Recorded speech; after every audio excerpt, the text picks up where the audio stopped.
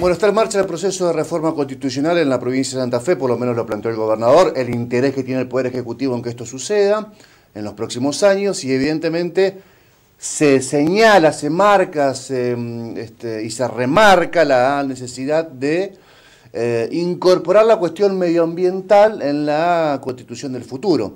Es por eso que hemos convocado a una integrante de una organización no gubernamental de Santa Fe, se llama Capibara, es abogada, se llama Valeria Berros y está con nosotros. ¿Qué tal? ¿Cómo te va? ¿Qué tal? Muchas gracias por la invitación. Yendo al punto nuclear de la cuestión, ¿qué debe incorporar en términos medioambientales, obviamente de derechos medioambientales, sí, la Constitución del futuro? Bueno, en términos generales es una gran oportunidad una reforma constitucional para debate público y lo más participativo posible en relación a diversos temas, no solo lo ambiental, pero respecto de lo ambiental es una gran oportunidad en el caso de Santa Fe porque la Constitución que nosotros tenemos es del 62. En aquel momento había otra mirada en relación al tema ambiental, más vinculada a la explotación de los recursos naturales. Luego eso se fue cambiando bastante y se empezó a pensar en términos de derecho a un ambiente sano y eso hoy está puesto en diálogo con miradas que tratan de no colocar al hombre en el centro, sino tratar de pensar a la naturaleza también como un sujeto de derecho. Esto es una perspectiva bien latinoamericana, fundamentalmente de Ecuador y de Bolivia. Es decir, que ha habido muchos desarrollos durante estas últimas décadas que sería interesante poder poner en debate y discutir para pensar en qué tipo de perspectiva nosotros quisiéramos para una constitución provincial. Por ejemplo, ¿qué actualizaría eso? La situación actual, ¿cómo se podrían actualizar? Pienso, las industrias de la década de 60 están muy lejos de ser las industrias de hoy, y en cantidad y en calidad. Pienso en la protección también de la disposición final de residuos. Evidentemente, sí, el paso de 5 décadas ha generado ciertas condiciones, muchas veces malas condiciones del tratamiento de estas cuestiones. ¿Eso pensás que es importante incorporar o son cuestiones más macro? En general las constituciones tienen que ver con cuestiones más macro, que tienen que ver con los pilares fundamentales que permiten luego una interpretación constitucional de las normas provinciales en este caso. Del tiempo de la Constitución actual de Santa Fe a esta parte ha habido muchas regulaciones en materia de residuos, en materia de, no sé, evaluación de impacto ambiental, distintas áreas naturales protegidas, de hecho una deuda bastante pendiente en el caso de Santa Fe porque hay muy poquitos lugares que tienen protección en relación al territorio total. Es decir, que ha habido un desarrollo de la legislación, pero bueno, tenemos una norma que responde en cierta forma a otro momento histórico y a otra perspectiva sobre el tema. Entonces, en ese sentido, sería bueno revisar esas legislaciones, revisar también cuáles son las reformas constitucionales que se han dado en otras provincias en años recientes y en otros países, sobre todo de América Latina, para ver cuáles son los pilares en base a los cuales queremos reinterpretar nuestra legislación ambiental. ¿Y esa legislación comparada te permite encontrar buenos ejemplos, ya sea dentro del país o fuera? Sí, ¿para tomar en cuenta?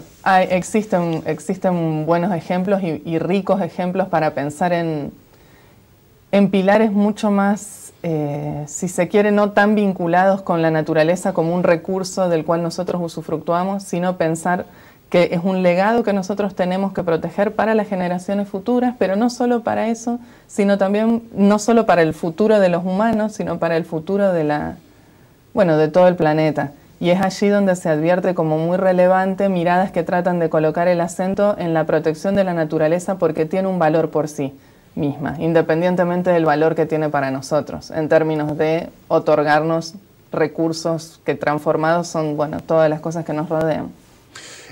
Una reforma constitucional provincial puede ser magnífica, pero si no está acompañada por por una misma idea a nivel global o a nivel regional, incluso nacional, puede ser un gran blef o un gran fracaso tal vez, ¿no?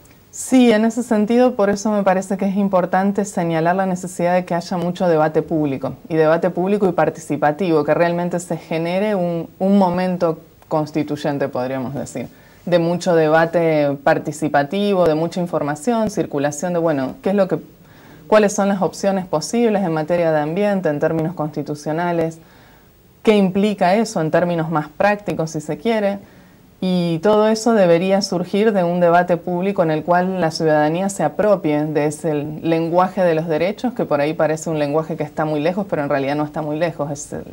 La vida cotidiana es un poco eso también. Hablábamos antes, te preguntaba, porque te lo repregunto en todo caso, a nivel legislación comparada con otras provincias que han tal vez abordado sus reformas constitucionales la cuestión del medio ambiente, localizás, digamos, 4 o 5 o 1 o 2 incorporaciones importantes, digamos, estructurales, como para debatir también acá. Bueno, recientemente existió una reforma aquí enfrente, en Entre Ríos, sí, claro, de la Constitución Provincial, y allí se incorporaron bastantes cuestiones relativas al medio ambiente y algunos principios que son muy importantes, por ejemplo, el principio precautorio, que eso es muy interesante, ese principio, y es como un principio basal, porque establece que cuando existen dudas científicas sobre si algo puede ser dañoso o no para el ambiente y para la salud humana, esa duda científica no se debe utilizar como excusa para no tomar decisiones.